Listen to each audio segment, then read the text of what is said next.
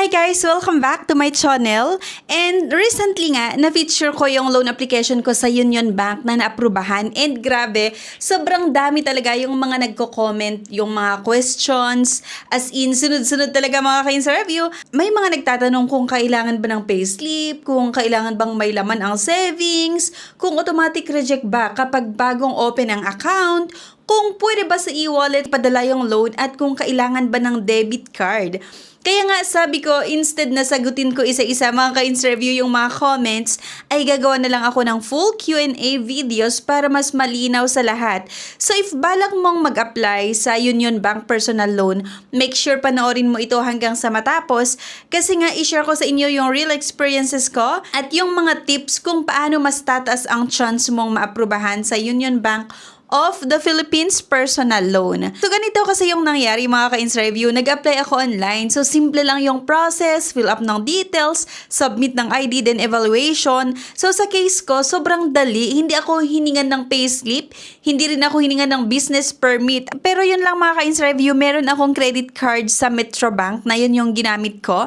So after evaluation, approve agad yung loan application ko. So pinatry ko din sa husband ko ha, and alam nyo ba, approve din yung loan application niya. So sa kanya naman, around 1 hour yung evaluation, approve din agad, and after ma-approve, nag-open siya ng personal savings account sa Union Bank app mismo.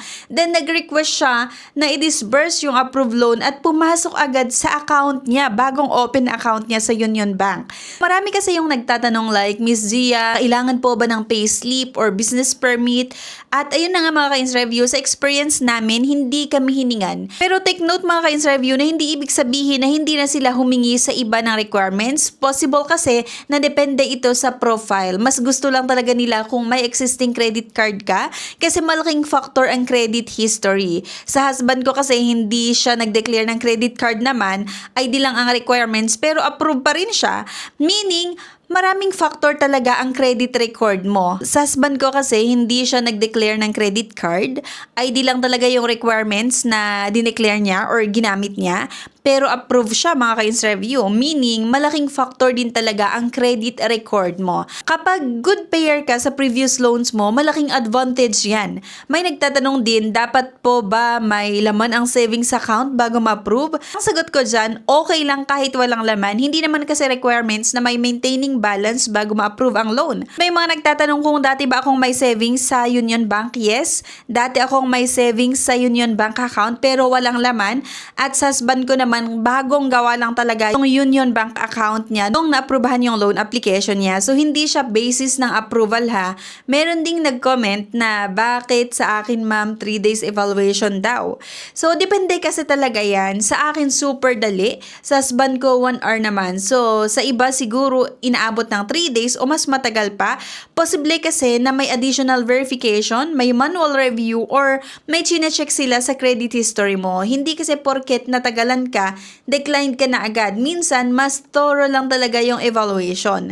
At may mga nagtatanong din, pwede po ba sa e-wallet si padala? So, hindi po pwede. Kailangan po mag-open kayo ng Union Bank Savings Account sa Union Bank app. Doon kasi nila dinidisburse ang loan proceeds at may nagtanong din kung kailangan ba na may debit card. So, hindi naman agad kasi required yung physical debit card mga ka-interview. Online savings account lang muna, okay na. Pwede kang mag-request ng debit card later, no? May mga nagtanong din kung bagong gawa ang savings account daw, automatic reject ba? Hindi naman kasi pwede nga mag-open ng account after approval.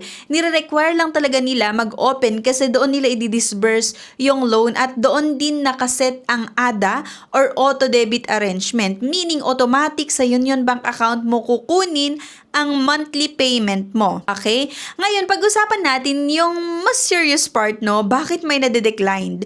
Una mga ka-interview, credit history. Kung may unpaid loan ka, may late payments ka o delinquent account, malaking factor yan. At pangalawa, mataas ang debt to income ratio mo. Halimbawa, kung malaki na ang monthly obligations mo compared sa income mo, pwedeng makita ng bank kasi na risky ka na. At pangatlo, maling details sa application. Kahit maliit na typo lang, pwedeng mag-cause ng delay or declined. At pang-apat, hindi nasagot ang verification call.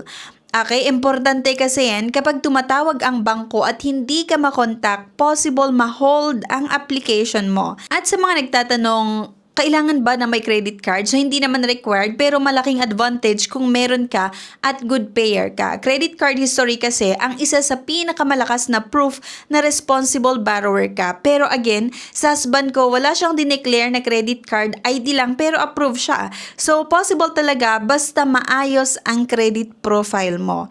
And sa mga nagtatanong, magkano ang pwedeng mahiram? So, depende kasi yan sa assessment. Hindi porket nag-apply ka ng malaking amount, yun agad ang ibibigay sa'yo.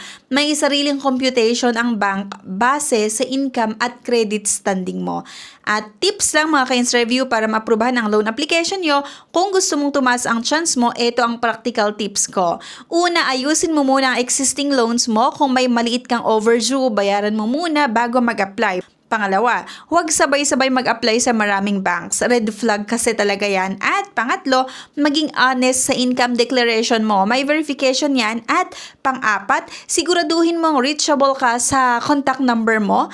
Panglima, kung kaya, build your credit history muna. Kahit maliit na installment purchase na binabayaran on time, malaking tulong yan. And real talk lang tayo ha, approval is not about luck kasi it's about preparation. Hindi dahil mabilis sa akin, ganun din sa lahat. Iba-iba tayo ng profile ha, pero kung maayos ang credit history mo, wala kang unpaid loans, tama ang details mo, at stable ang income mo, malaki ang chance mo talaga na maaprubahan. So, ayan na nga mga ka-ins review.